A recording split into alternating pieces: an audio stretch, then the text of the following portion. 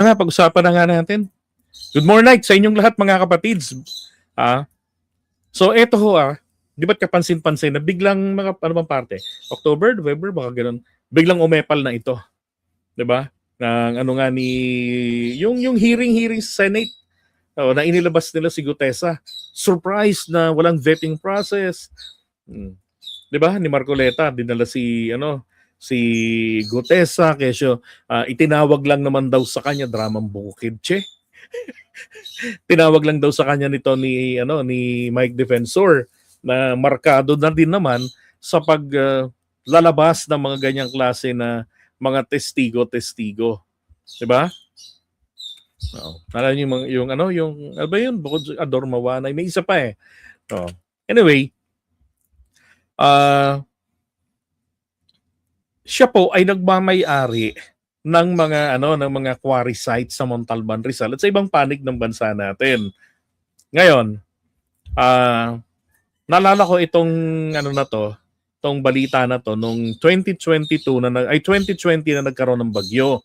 At yun ang tumabo ng mga putik po, mga kababayan, galing po ron sa kanyang mga minahan, sa kanyang mga quarry sites sa Montalban, Rizal. Nadali niya ang ilang parte ng Quezon City hanggang rito sa lugar namin, tapos nadali rin po yung San Mateo, Rizal at yung Montalban area. Yung mga lugar na yan. Now, dati rin nga pala siyang Department of Environment, DENR Secretary. Langiyaw. DNR Secretary tapos negosyo, mga ganyan, di ba? So ano to? Kapag natanggal nila sa pwesto si PBBM, option niya, balikan niya yung DENR para buhay na buhay, malaya yung mga negosyo, mga katulad nila at negosyo niya, di ba? Oh, yan ang problema sa mga politiko. Kapag pumasok sa politika, ano lang yan. Siyempre, malamang may isusulong na personal agenda yan. Di ba? Or kung hindi naman mapatalsik si PBBM, target niya kasi graduating po si Joy Belmonte. Anong kala mo sa amin magpapauto sa'yo? Oh. Isinulong ko ang kandidatura niya dati kasi kala ko matino. May budol style pa nga sila noon eh. Siya si Mr. Clean. Anong panahon ni Gloria Arroyo eh, 'di ba? Corrupt din 'to eh. Oh. At kamusta naman, 'di ba? 'Yung nangyari doon sa kanyang mga quarry sites. Dito sa Quezon City, muling ibabasura 'to.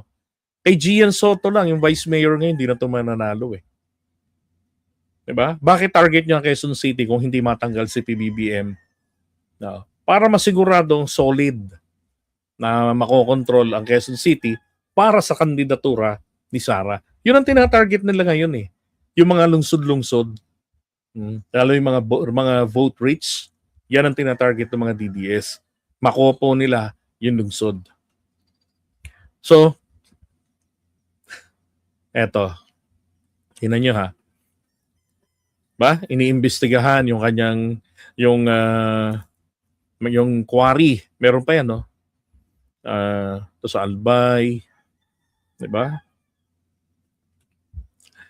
Si Jarius Bondok, sabi rito, ex-DNR Chief Defensors quarry blamed for floods. Diba?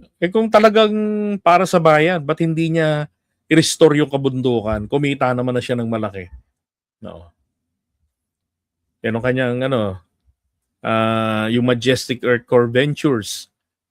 Ang kamalasan pa nito, kaka-update lang ng website at nakalagay doon na siya yung presidente. Eh di ba dapat nga nag-divest doon. Yan. Defensor is chairman and president of Majestic. The firm quarries and markets aggregates and sand and gravel in Barangay San Rafael, Rodriguez. It also operates a crushing plant on-site. Majestic website states the quarry output is used in construction. Defensor headed DNR from August 2004 and 2006. Then a successor at DNR, a decade later, Gina Lopez continually warned against watershed deforestation. An aerial inspection of Marikina watershed in September 2017 distressed her, showing images of bald hillsides and gaping excavations. Sabi niya, it is important that we rehabilitate this watershed because it is the first line of defense of Marikina, Quezon City, Antipolo, Pasig, Cainta, San Mateo against rainwater surging from the uplands of Luzon. Diba? So kung talagang nagmamalasakit ito, gawin niya muna dapat ito kung talagang nagmamalasakit siya sapagkat yung kanyang negosyo ay nakapinsala sa bayan natin. Oh. 'Di ba? So ano to, target niya ganyan, balik DENR para sa sariling kapakinabangan. Bukod pa diyan sa Rodriguez Rizal, meron pa sa Calbayog. Oh. Tapos defensors also CEO of Pax Libera Mining, aray. May controversies surround operations in Bukidnon. A cabinet member under Gloria Arroyo. He was publicized as lead man of mining firms Nihao and GeoGrace. The two tied up with a Chinese miner in Zambales. People in that province denounced the many mines that leveled their mountains, polluted the air, choked the rivers, despoiled food resources, and ruined their health. Grabe, mga kababayan, ang kanilang pinagagawa, ang kanyang pinagkakakitaan, isa sa mga minahan doon sa Zambales na tumutunaw ng bundok. O, baka nga sila pa yung nag-supply ng mga ginamit na lupa at mga bato-bato doon sa artificial islands ng China. 'Di ba?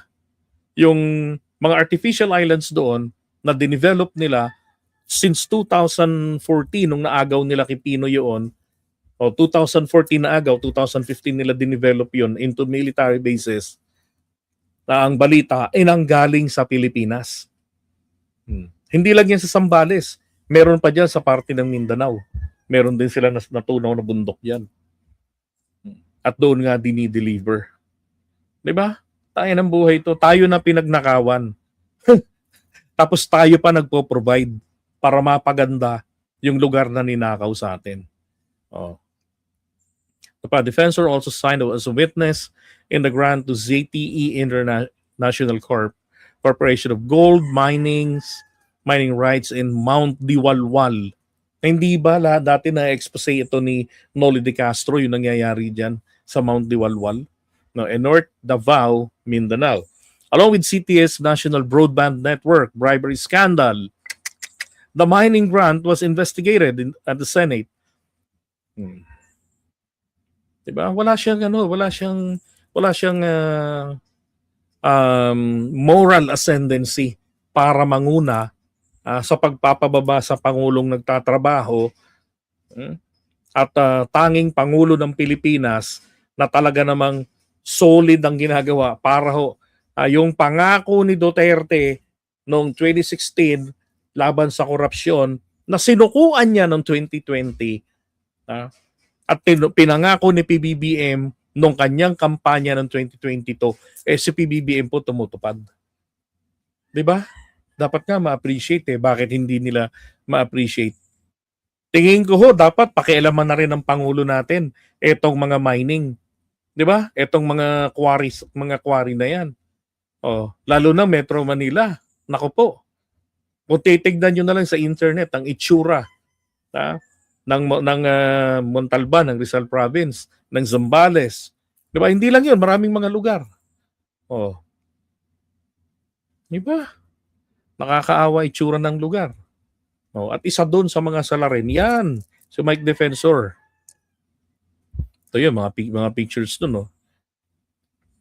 Alam niyo yung bagyo noon? Yun yung bagyo ng Ulysses. Ito sa San Rafael ito. Marami akong makakilala dyan. So, yung bata nalibing na lang doon sa gilid ng Marikina River sa may Tumana. Ilang taon lang ito? 10 years old. 2 years old. So wala pa yung kanyang anak na 10 years old. Yan. So akala nyo ba yung ganitong klase ng pagbaha dahilan po dahil sa yung ngayong panahon ni PBBM? Nako, nun pa. Sample ito. Paghupa ng tubig, potek ang naiwan dyan. Diba? Ano nangyari sa investigation yan nung panahon ni Duterte? Walay. Oo. Oops, yan.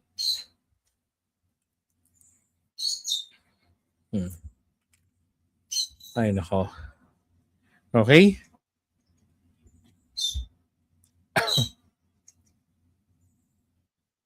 Yung Sierra Madre, di ba? Yan ang kinakailangan na ingatan eh. Grabe oh. Ang bait oh, may nagbigay sa akin oh. Ano gagawin natin? May nagbigay ng San Miguel oh. Mga taga-Batis.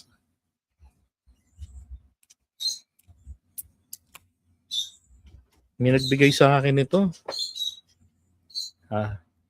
Ano to? Flavored beer pala.